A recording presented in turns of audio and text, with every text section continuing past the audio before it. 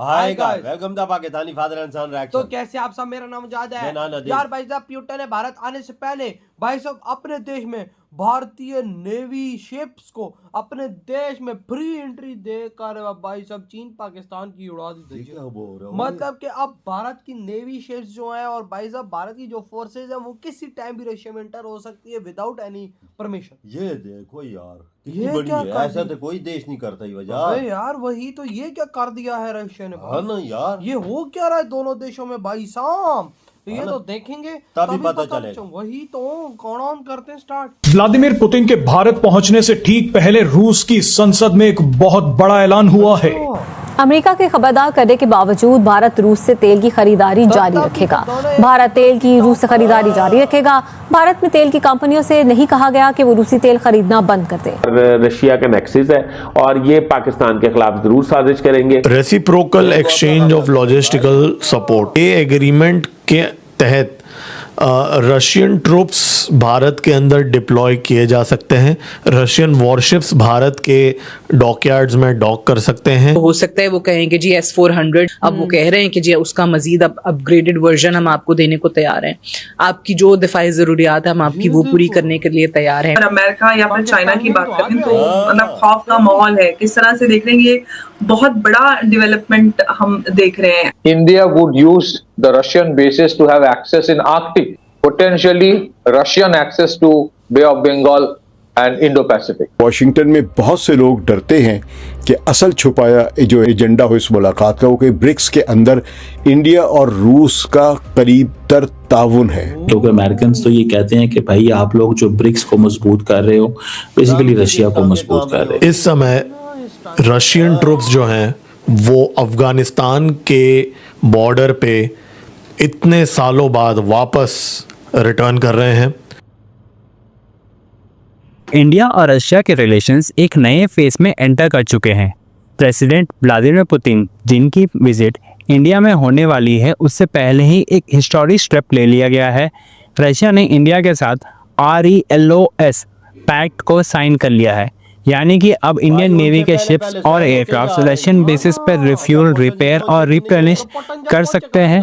ये pact Indo Russia defence cooperation को एक स्ट्रॉन्ग स्ट्रेटेजिक एज देगा, स्पेशली इंडो स्पेसिफिक रीजन में। और सबसे बड़ी बात, पुतिन के इंडिया आने से पहले ही रशिया कुछ गेम चेंजिंग डिफेंस ऑफर्स भी रख दिया है। रशिया ने इंडिया को S-500A डिफेंस सिस्टम ऑफर किया है, जो कि दुनिया के सबसे एडवांस एंटी मिसाइल सिस्टम में से एक माना जाता है। ये सिस्टम इंडिया को हाइपरसोनिक मिसाइल तक की इंटरसेप्ट करने की कैपेबिलिटी दे सकता है। इसके साथ साथ रशिया ने Su-57 5th generation fighter jet aircraft के लिए भी प्रपोजल दिया है, जो स्टेल्थ टेक्नोलॉजी और हाई मैन्यूवरिंग के लिए वर्ल्ड क्लास फाइटर जेट माना जाता है। और भी कई सारे cutting edge defence technologies, joint production और टेक्नोलॉजी ट्रांसफर की बातें चल रही है, जो इंडिया की मिलिट्री को नेक्स्ट लेवल मॉडर्नाइजेशन प्रोवाइड कर सकती है। पुतिन के इस विजिट से पहले ये सारे डेवलपमेंट्स एक क्लियर सिग्नल देता है कि इंडिया और रशिया के पार्टनरशिप अब सिर्फ फ्रेंडशिप ही नहीं, बल्कि स्ट्रैटेजिक पावर बिल्डिंग का एपिसेंटर बन चुका है।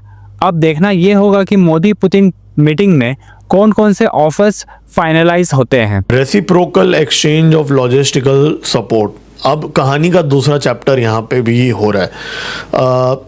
मैंने ऑलरेडी इसके ऊपर एक वीडियो बनाया था, लेकिन मैं आपको वापस बोल दूं कि ये एग्रीमेंट के तहत रशियन ट्रूप्स भारत के अंदर डिप्लॉय किए जा सकते हैं। रशियन वॉरशिप्स भारत के डॉकयार्ड्स में डॉक कर सकते हैं। रशियन फाइटर जेट्स भारत के एयर स्पेस का इस्तेमाल कर सकते हैं और भारत रशिया में ट्रूप्स भेज सकता है, रशियन एयरबेसेस का इस्तेमाल कर सकता है, रशियन पोर्ट्स का इस्तेमाल कर सकता है मिलिट्री पर्पस के लिए, ठीक है। और सिविलियन तो ऑलरेडी अपना अरेंजमेंट है रशिया के साथ, तो वो भी इसके अंडर कवर्ड है। भारत के यहाँ पे 3 फायदे हैं मेरे हिसाब से, उसको थोड़ा डिटेल में अब बात करते हैं। पहले मैं शॉर्ट में बता दूंगा कि कौन से 3 हैं। पहला तो ये है कि इस समय CIA का प्रेजेंस बांग्लादेश के अंदर हो रहा है, पाकिस्तान वॉरशिप्स भी वहाँ पे आ रहे हैं। मैं ये तो नहीं बोलूँगा कि परमानेंट डिप्लॉयमेंट हो रहा है या 1971 जैसा कुछ ऑलरेडी हो गया है, ऐसा नहीं हो रहा है। वो लोग भी थोड़ा थोड़ा घुस रहे हैं, तो पुतिन और भारत दोनों भी थोड़ा अभी माहौल बना रहे हैं यहाँ पे इस रीजन के अंदर, तो वो पहला रीजन है। खतरे की घंटी तो बज चुकी है। दूसरा रीजन ये है कि अगर कोई कॉन्फ्लिक्ट होता है भारत पाकिस्तान के बीच में, या बांग्लादेश के ऊपर कोई भारत एक्शन करता है, या कुछ भी अगर इस रीजन में होता है और भारत यूनाइटेड स्टेट्स के अगेंस्ट कुछ करता है, तो यूनाइटेड स्टेट्स बदला लेने के लिए स्विस कनाल का जो रूट है उसको ब्लॉक कर सकता है भारत के लिए, ठीक है। उनके प्रॉक्सीज हैं, सैंक्शन कर सकता है वो रूट, राइट। तो उस हालत में भारत के पास कोई दूसरा भी तो रूट होना चाहिए। अब एक रूट है वो छाबार पोर्ट, जिसको ऑलरेडी अभी सैंक्शंस का एग्जेम्पशन तो मिला है भारत को मार्च 2026 तक, लेकिन ट्रम्प का क्या है, वो कल सुबह बिस्तर से राइट साइड में उठ के बोलेगा कि नहीं जी मैं इसके ऊपर सैंक्शंस लगा दूंगा, तो वो एक इशू है। तो यहाँ पे चेन्नई व्लादिवोस्तोक का ऑलरेडी जो हमारा अरेंजमेंट है उसको, उस रिश्ते को आगे बढ़ा के, और व्लादिवोस्तोक के आगे वो आर्टिक का रास्ता से भारत जो है वो रशिया में वहाँ पे जा सकता है। और इतना रशिया ही नहीं, आर्टिक के रीजन से रशिया जाके वहाँ से वो यूरोप में भी भारत सप्लाई कर सकता है। ये बात हो रही है कि रशिया पिच करेगा S-500 भी, कह रहा है ठीक है, आपने S-400 इस्तेमाल करके देख लिया ना ऑपरेशन सिंदूर में। ऑपरेशन सिंदूर में जो आपने इस्तेमाल करा वो छोटा भाई था, हम आपको बड़ा भाई ऑफर कर रहे हैं। अच्छा, ये दोनों प्लेटफॉर्म्स S-400 S-500 में फर्क क्या है? What is the difference between both these platforms and why is S-500 far more effective? भाई हाँ, और देखो ना भाई साहब, पुतिन ने आने से पहले दे दिए इजाजत।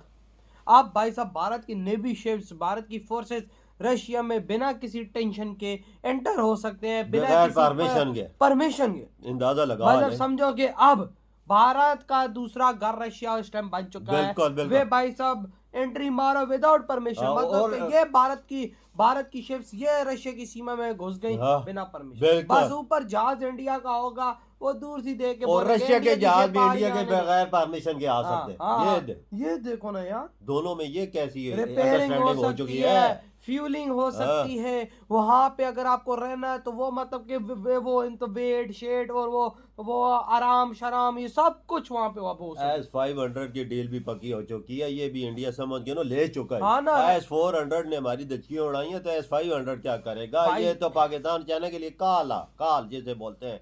और Su-57 की ये फैक्ट्री इंडिया में लग रही है, ये भी ऑफर मोदी पुतिन ने रख दी है। और भाई साहब मोदी जी ने इसको हाँ कर दिया, वहां से पेपर बन के आए रहे हैं। वजह एक और बात बताऊं, ये सब कुछ डीलें तो हो चुकी हैं, डेलीगेशन सब कुछ कर चुका, सिर्फ पुतिन के साइन बाकी है। ये बात, और डेलीगेशन तो पहुंचा 2:30 बजे 3 बजे पुतिन आज पहुंच जाएगा तकरीबन 2:30-3 बजे तकरीबन पहुंच। और भाई उसके पहुंचते ही जो पुतिन का ग्रैंड स्वागत होगा वो दुनिया देगी, खास कर अमेरिका को तो ऐसी आग लगेगी तो वो बोलेगा ये क्या बन गया। जाहिर सी बात है। और पाकिस्तान उधर ही भाई सब मर जाना है, पाकिस्तानी लोग उधर ही मर जाने हैं, क्योंकि जो भाई सब रशिया और भारत की दोस्ती है, ये पाकिस्तानी भाई सब कभी भी उस लेवल पे नहीं जा सके। यार वजह ब्रिक्स को मजबूत मोदी जी कर रहे हैं, ब्रिक्स जो नहीं है ब्रिक्स।